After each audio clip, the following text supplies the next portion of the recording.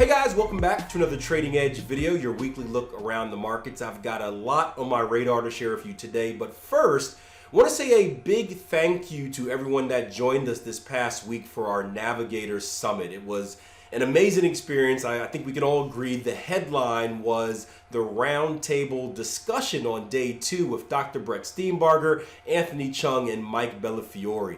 Me and Jason are still a little bummed that we had the technology issues and couldn't join, but still, the discussion and the content was amazing. If you didn't have a chance to check it out already, the recordings of the entire summit are going to be available until November 30th. I'll leave a link in the description box below, or you just head over to www.tier1trading.com and register for the summit. We'll shoot the recording to you directly. But make sure you check it out. Again, November 30th is when those recordings are going down. It was a massive summit. We talked a lot about goal setting, planning, technical analysis, and what to look forward to in 2021. Now, in today's episode, we're going to talk a little bit about really following up on a conversation that we had in the Navigators Summit. Remember when we talked about dissecting a candlestick instead of just looking at it as a green thing or a red thing with little lines sticking out of it, talking about the story of price action, basically understanding the psychology of movement, what the buyers did, what the sellers did, and what the candlestick can tell you as a story in the whole. Well, we're going to take that concept and elevate it to the next level and talk a little bit about reading structure and reading price that way. And it'll explain to you why the Bitcoin fall this past week wasn't really that much of a surprise if you knew what to look for. So we'll get the description out the way to give you time to hit that like button, subscribe, hit that notification bell if you're new, and I hope you guys enjoyed today's video. So let's start off by talking about Bitcoin, and Bitcoin was the talk of the town this week. And if you can imagine, my scenario was Thanksgiving Day here in the States. So I'm between watching my Dallas Cowboys get destroyed by the Washington football team and stuffing my face profusely with food when I see my DMs and whatnot start to blow up. And whenever that happens, I know that the markets are moving, right? Just being who I am in this space, I don't consider myself a guru or anything like that, but I'm a trader, I'm a mentor to many. I'm someone that lends a lot of advice. So when something strange in the market is happening, typically people reach out to me, hey, did you see this? What's happening? And of course, along with that, you get the, hey, I'm long, what should I do? Those type of comments. And this was also happening on the Tier 1 trading chat. And I looked at Bitcoin and everyone was saying Bitcoin was selling off. And the big question was, I don't see any news. I don't see any news. Why is it happening? Why is it happening? And my response was simply this. And if you've been following us here on the YouTube channel for really the entire month of November, and of course on the Tier 1 trading platform, we've been eyeing up Bitcoin for a while. We've done, and this is a humble brag of I guess, a pretty legit job of predicting exactly what was going to happen on this pair, on this cryptocurrency for the last essentially better part of a month. So when we saw this panicking happen, we weren't panicked. And I said, well, you don't need to look for news. All you have to do is look left. And if you remember what we talked about on Bitcoin here was that we were coming into, I may have to jump to the weekly for this. We were coming up to a previous structure high right around that 20K mark. I think it might have been right below, but 20K was kind of the figure that we had in our mind. And once we broke out from 1400 or 14K, excuse me, we expected that to be the next level of resistance. We do have a Gartley pattern here. You know, I'm not a crypto person, so I don't know how well advanced patterns work. My guess would be not that well, seeing it's not much of a consolidative market. It's more of an emotional market that tends to trend and more than it consolidates. But you never know. That's why you test these things. But we had a Gartley sitting up there as well. And I think the important lesson here is that look left, structure leaves clues, right? That was one of the most important things that I was taught in my trading career by my mentor. And, you know, it's literally there. It's look left. If there's structure, it leaves clues on where markets may go to, where markets may run into resistance at. But it also kind of embarks on the bigger philosophy of structure is important in the market, right? In general, the price chart is a visual representation of all of the actions of the participants of the market. So it is essentially the people. It is the buyers, the sellers, the funds, the robots that people create, all of that, right? All of the buying and selling action that happens in the market is represented by the price chart. So if you know how to read a price chart and you can decipher the small clues that it leaves you, you can do a pretty good job of predicting areas in which we may run into trouble. We never know if it's going to happen or not, obviously, but we work on a game of probabilities and risk management. And this is more simple than you think, right? At least the concept of the reversal. Think about it like this, right? So Bitcoin over the month of November, right? I believe it's like what, a 50% return almost. Let me just bring out my little ruler here. This is November right here. We've essentially had about a 47% return, right? A 47% move to the upside here on Bitcoin in the month of November. Now, to put it into perspective, right? If you have a 40% year return on investment, you've got a pretty damn good year, right? Some may call it a year, a trading year of a lifetime, right? We did that in 1 month. And I want you to think like the other trader for a second. Put yourself in the position of someone who bought maybe at the beginning of November. Put yourself in the position of someone who bought maybe on this little retracement right here, late August, right? You were a buyer, this thing's going up, you're making money hand over fist. At some point, right, and maybe not the rookie traders, but the experienced traders and the higher level investors, the big boys out there, right? At some point, what are you thinking? I should probably take some profit. Now, if you ask yourself the question, okay, where should I take profit at? And we look left and we see these previous all-time highs. These are back in 2018s. Does this not look like a good level to do some profit taking at? To get rid of some, if not all, of your exposure? Yeah, it does. So what happened at this level is that two things happened. One, the buying interest slowed down because we were essentially at the ceiling. I don't know about you. I am not interested in buying at the ceiling. Imagine you being really close to the ceiling and trying to jump. It's not a good idea. Two, there's probably some selling interest from other parties as well. So not only do you perhaps have some counter trend traders up there looking to catch a little bit of a pullback, a little bit of a relief, right, with sell orders up there, but you also have previous buyers that are now executing sell orders in the market because they need to sell out of their previous long position in order to capture profit. So what you do is it really shifts the momentum from the buy orders coming in at a higher rate than the sell orders, which pushes the market up, to now the sell orders coming in at a higher rate than the buy orders, which is going to push the market down. So it's no surprise that stuff like this happens. And I think it's important to understand we don't need to overcomplicate technical analysis, right? I think a lot of traders get into trouble because we feel like it needs to be more complicated than it is because it's the financial markets and you can't be good unless you have this many degrees and you've been on Wall Street. But sometimes simple is better. And if you just understand the concepts of structure, the importance of structure, if you can understand how traders think, right? So kind of human psychology, crowd psychology, you're going to give yourself an edge in the market and you're going to be able to pinpoint some pretty decent levels where you can either, take profit without getting too greedy, or look for potential reversals in the market and not really be firing blind. So that's why Bitcoin dropped, in my opinion. And again, I'm not a cryptocurrency expert or anything. I know nothing about it, but just from a pure technical perspective, that's my opinion on it. That's what I've been telling traders. As far as trading from this point on, we really need to see what happens at the beginning of the week. We have obviously a big high momentum bearish candle that came here on Thursday. This was a holiday weekend as well, so low liquidity, that's going to just help everything out even more. It's going to add flame to the fire. But we did end with a pretty decent pullback. So we did come off the lows of Thanksgiving Day pretty significantly, probably by like a third, it looks like. And then we followed it up on Friday with an inside bar, more of an indecision candle. So the market's taking a little bit of a breather. So I think how we open up on Monday or Sunday, Monday, is going to be big. If we can break above this inside bar, then there's a good chance that I think we'll go back up and revisit those 19s.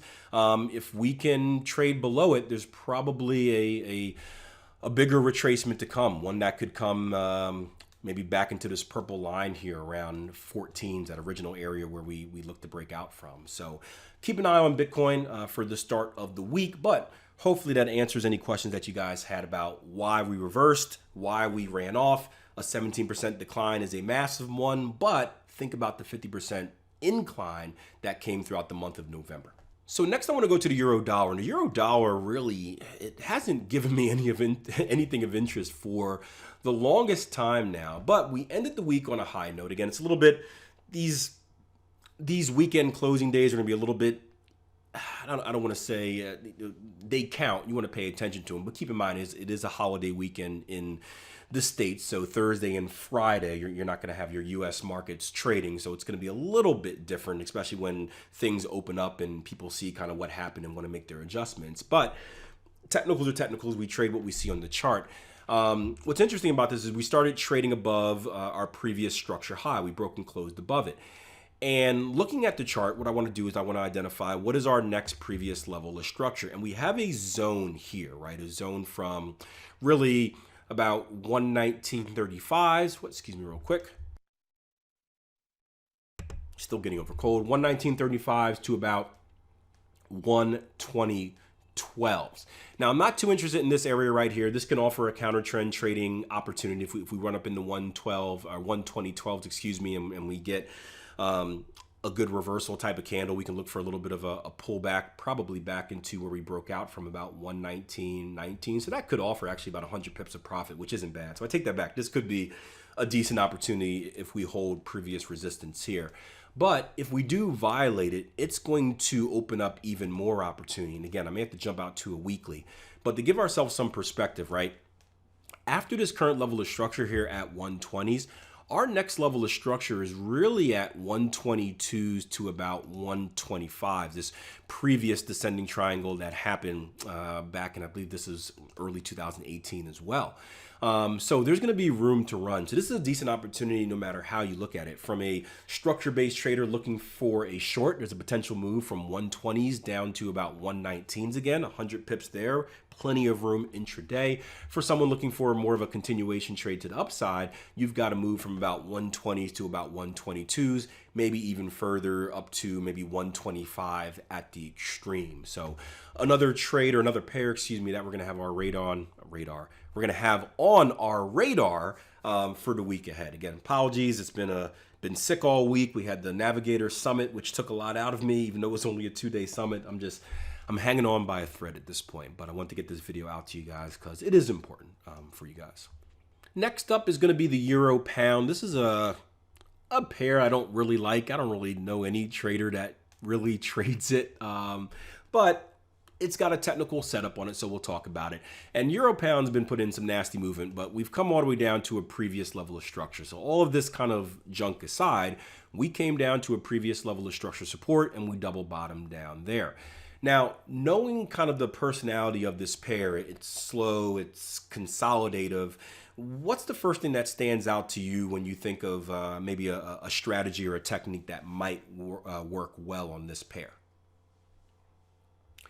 Advanced pattern formations, right? If you guys are unfamiliar with advanced pattern formations, and actually we might have one right here that I don't even think we're gonna be a little bit short. Let's actually see it. Oh, yep. Just short of a bat pattern here, but advanced pattern formations are multiple legged moves that tend to happen in consolidation. And the reason that they tend to happen in consolidation is just the nature of the formation, right? Typically you start off with an impulse or an anchor leg. We call that our X to A. That's kind of the starting point of our pattern. And then you get a small retracement, right? So a retracement, price action moving within this initial leg. So if we want to bracket this off a little bit, I'll be probably going to butcher this drawing right here. If we want to bracket this off, you can see that second move occurs within the range of the first move, right?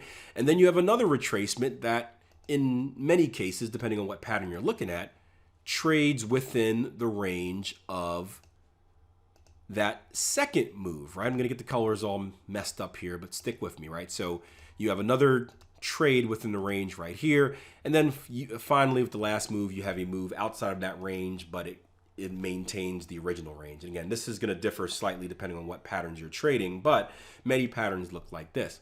So essentially, this is consolidation, right? Because we never broke and violated our previous structure highs. We never broke and violated our previous structure lows. The market is just doing complex pullbacks and miniature trends within bigger trends. And if you look closely, you can see one setting up here on the pound dollar. If we take, or the euro pound, excuse me. If we take this last move down, the move that took us from consolidation to our previous level of structure resistance, right? We've got that initial impulse leg right there. We've got our move up right here, right? Within the range of it. We have our move back down within the range of that second move. And then if we continue up to about right here, we're going to put in what's going to be a Gartley pattern. I should probably just measure this out to make sure it's correct. My eyes are usually pretty good. Yeah, right around, a little bit off there, but right around here would be a Gartley pattern. And all you're looking for in these pattern formations, right, you're not looking for any type of trend continuation move that moves 100 pips down, right? You're looking for a little bit of retracement, right? A little bit of a retracement right here to capture your profits and get away. So would not surprise me if we saw something like that happen as we come into really the start of the last impulsive move down here on the euro pound. Obviously, you got to check it out, make sure there's enough room for profits, make sure the risk reward works and all that fun stuff. But certainly keep this on your radar as, again, this pair tends to consolidate anyway. So now to consolidate between a previous level of structure support, the previous level of structure resistance, probably pretty likely here. Next up, Euro New Zealand. Again, if you've been following, religiously following this video, and you should, if not, make it a goal to start doing so now. It comes out once a week here on YouTube, trading, not TradingView members, Tier 1 traders. We get it once a week on the platform as well. Of course, along with all the live room stuff. So it's, kind of sounds like a broken record by the end of the week, but repetition is the key to success. Well, repetition in the right format and plus action is the key to success. But the more reps you get, the more you learn, the better you become. So nothing wrong with hearing things over and over again. Especially, we talked about this during the summit. We do these presentations, we do these big presentations usually about 2 or 3 times a year. And sometimes we get negative comments where it's like, oh man, I came to one last year and you guys are talking about the same thing. You don't have anything new to share, like this new strategy, candlestick formation, or this indicator? I'm like, well, no. You know why that is? Right? Because the same things in the market have worked. Right? So there's no need to invent something new and shiny just to get your interest, right? Master the basics, and then you'll be able to pick up on the small clues after that. But if you've been following us, you know that this has been kind of my trade of the month, right? We broke previous structure lows, and we're looking for a move down to 168. So we're doing that. We've moved from 173s down to 170. So we've moved about 300 pips already, 200 pips to go. But I did find this to be interesting, right? There's still opportunity here. Look at what's happening on this market, and this is going to be pretty cool as far as like market symmetry and whatnot, right? So look at our most recent move here, right? This was the leg that broke structure, right? So we had an impulsive move down, deep retracement back up, shallow retracement down, shallow retracement up, about 50% of that move, and then a move back down almost to our previous structure lows, a move up, a move down, and then finally we broke, right? Look what's happening here on kind of a smaller scale, right? Impulsive move down, move back up to the previous highs, just like we did up here. Move back down about halfway, a little more, probably a 618 here. In fact, we can actually draw these ratios on and see if they line up, right? 618 Fibonacci retracement right there. Yeah, 618, close to a 786, but in that range right there with the retracement. And then we did what? We came back up again about halfway through that previous move, just like we did here. We came down a little bit, almost to the lows, just like we did here. We moved up a little bit, just like we did here, right? This is setting up almost the same exact move on a little bit of a smaller scale. The range has gotten smaller, but the same exact move as before. So you can use this past behavior, and you can do this in general sense with trading to begin with, but you can use this past behavior to make some predictions about the future and prepare yourself on how you want to take advantage of this opportunity. Now, in the back of our mind, what's important is that we already have that prediction to 168. So we're not just saying, oh, this is likely to continue down because it just did it before. No, this is all based on we're already thinking it's going to go short. We're already in that frame of thinking, in that frame of thought. Now we can use this as a clue on how to attack this situation going forward. So another one that I'm very excited about keeping tabs on as we open next week's trading, and of course as we look at it day in and day out in the live trading room. Lastly here, we'll take a look at pound New Zealand, and it's a little bit behind the euro New Zealand, but you can see that we ended the week kind of on the same type of scale. We just violated a previous level of structure. I may have to bump out to the weekly here, but if you take a look at things, right, this was a previous level of structure that the market had double bottomed at before, and we just smashed through it, right? So IPDE, identify the lower low, lower close, predict we're likely to continue lower. We want to ask ourselves, where are we likely to continue lower to, right? We can see our previous structure lows sitting down here. 184s, I got to do a little bit more homework here to see where we can project to. I'll do it right now. I haven't really looked at this. This kind of got shot to me last minute by one of our traders on our platform. But let me just see a few things here. Do a quick little prediction. 1-to-1 measured move. Boom, that would put us right here. Let's do a Fibonacci extension from that last move, A to B and back up. 1, 4, and 4 in the middle, 1, 6, 1, 8 at the lows. Let's do one. This wick's gonna pull us, is gonna kind of take us off. I'm gonna go from the natural swing right here. So not this entire wick, but this natural swing right here. Swing high to swing low and back up. 127 right in that 1618 range, and let's just do an AB equals CD pattern. Boom, boom, boom, copy paste. That's going to be a little bit lower. So if I had to predict right now, we got a range right here, really between, let's take that AB equals CD pattern, a smaller one, and right down here that we can project to. It's going to be a little bit far. Let's go right down here, right? And if I had to cut that up a little bit lower, let's just go down to the daily and see what we're doing here. If I had to chop it up a little bit lower, yeah, I put my safety point. So the first line in the sand would be about right here at this the top of this zone. Look at that, lines up perfectly. Good job. 185.70s, and the lower range being about 184.40 as far as a prediction on where we can go to. Just curious now. Now you guys got me looking at this. I didn't plan on doing this. I plan on just taking a quick glance, but we have a cipher here as well. Just curious where that comes into play at. Actually, that already occurred. Never mind. It was already a winner. Sorry about that. I'm getting on a kind of a tangent here, but this was a cipher. X to A, A to B, B to C, C to D was right here. That was already a winner. Yep, target one hit, so that's no longer in play. Okay, so no need to worry about the cipher. Already achieved, money already made. But yeah, look for a move lower here. Again, as we always talk about structure-based trading, look for the pullback. You can look for the breakout, something, but we do have that expectation that we're likely to continue lower. Definitely something to look to position yourself on as the week comes. So thank you as always for joining me. Remember, November 30th is the last day that those summit recordings are going to be up. So it's about 6 hours of content, so make sure you plan accordingly. Get over there, watch it, make sure you download the free stuff, and do it before it's gone. I don't want to get any emails saying, Akil, can you leave it up for any longer? Because the answer will be no. Until next time, plan your trade your plan. Hope you guys have a great weekend.